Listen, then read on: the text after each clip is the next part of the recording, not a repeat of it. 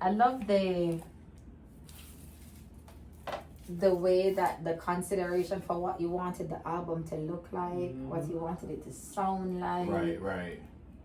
Not to say it doesn't happen still, but it's like you're getting the full artistry, not just I have a song, but the packaging, all of that.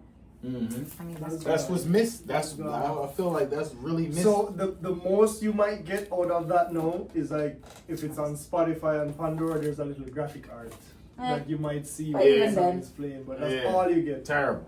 Compared to where we came from. Yeah. You pull a whole booklet out the sleeve, fold it all the way open, read all the credits, look on the back. But if you think about it though, it's more profitable. What, now or then? No, because of course. It's less material, it's less printing, of course. less... And you have social media, so you don't need to look in the book. You can just go to their Instagram. Right. That's basically what it is. And then the thing but it's a different feeling. It is a different feeling, but think about it as well. The distribution is also cheaper. Oh, of course. Because there's no logistics to ship these out. Yes. Raw material, all of that to go into this. You can now just publish. And but the nostalgia is missing. Oh, yes. God, yes. You know? But who cares? That's why records are coming back. You do know that. Yes. Records are making their way back. How we ended up getting here is that we were in Target recently getting something. And they selling records. And they were and Jackson walked up and he's like, what are those? And I'm like, we can't have children who don't know what a record is. But the thing is though, who cares about the record? It's still our generation and older. No, that's the only ones that care about it. Yeah. I think the new kids care about it. No, so let me tie this to what you just said. I'm gonna tie this to your lights. You were going up and down on the lights, and you're like, oh, this is daylight, this is whatever, this is warm.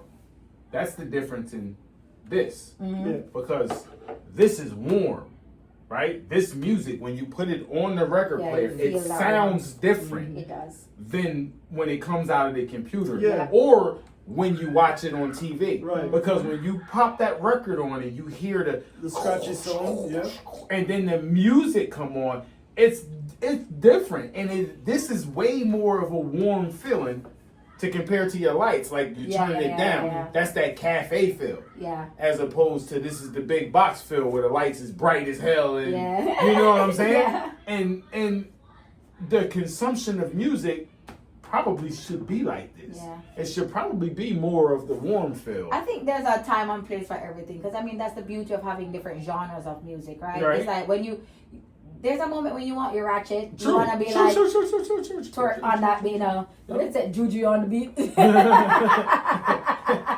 You sound like you. That's on my age. Right. That's on my age.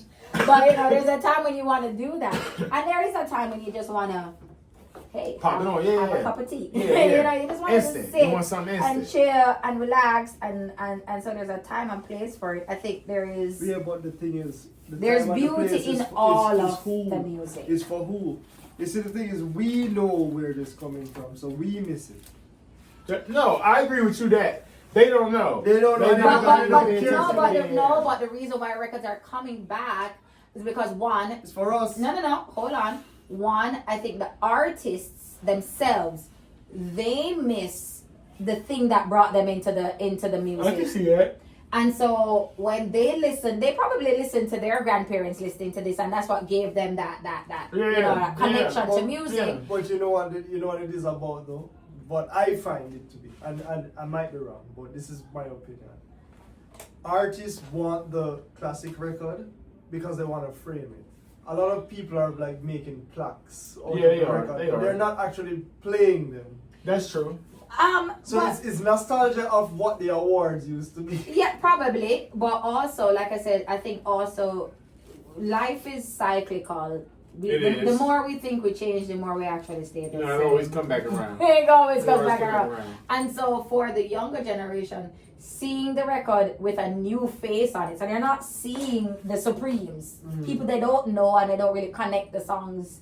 But they see like a Taylor Swift and a Beyonce and all of that, and they see a record it's new to them. Right. True, Right. but I think. And so for them, when they get older, but when they get to our age, they might be holding on to the records of the Taylor Swift and the Beyonce the way we're holding on to these records because by that time it will be nostalgia for them. For them. No, that's true. I think we're also fighting against the convenience of access to them, right? Of course. So they are used to the Spotify's, the Pandoras, the iTunes, all the streaming services where they can just search and get it now. I don't need to go to a store. I don't need to search for anything. Yeah.